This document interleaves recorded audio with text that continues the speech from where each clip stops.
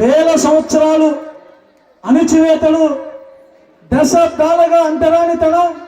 మూతికి ముంత ముట్టికి తాటాకి కట్టి మన ఇంటి నుంచి ఊరు దాటాలంటే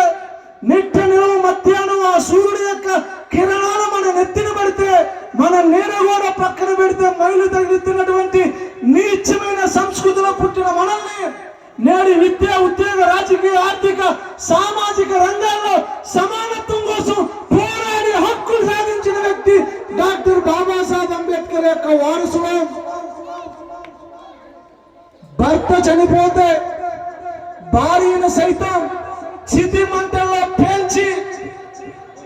ఇంటి గదికి వంట గదికి పరిమితం చేస్తూ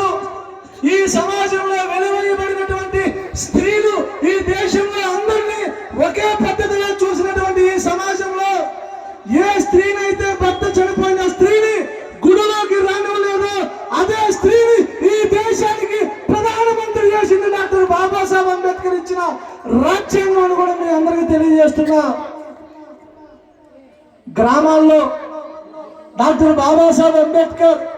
చదువుకునే వయసులోనే వివక్షతను ఎదుర్కొని పోరాటాలు చేస్తూ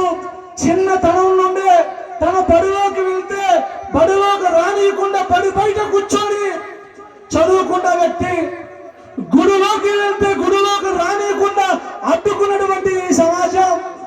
మంచి నీళ్లు తాగితే నీళ్లు కూడా ఇవ్వకుండా నిలవేయబడుల నుండి విముక్తి కలిగించడం కోసం ఒకే ఒక్కడు ఇక్కడ ఏ జ్ఞాన సుందరి నాట్యమైతే మనం వాడుతున్నామో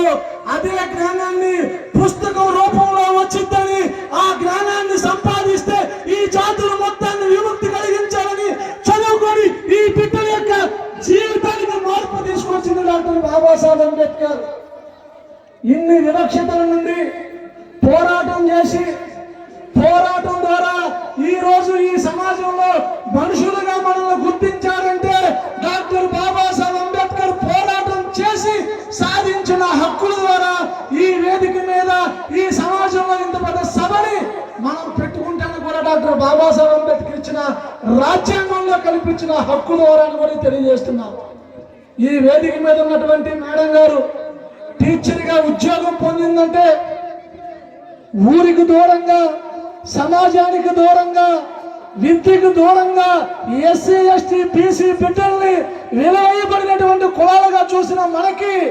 రిజర్వేషన్ల ద్వారా ఈ రోజు చదువుకొని ఉద్యోగం పొంది ఈ సమాజానికి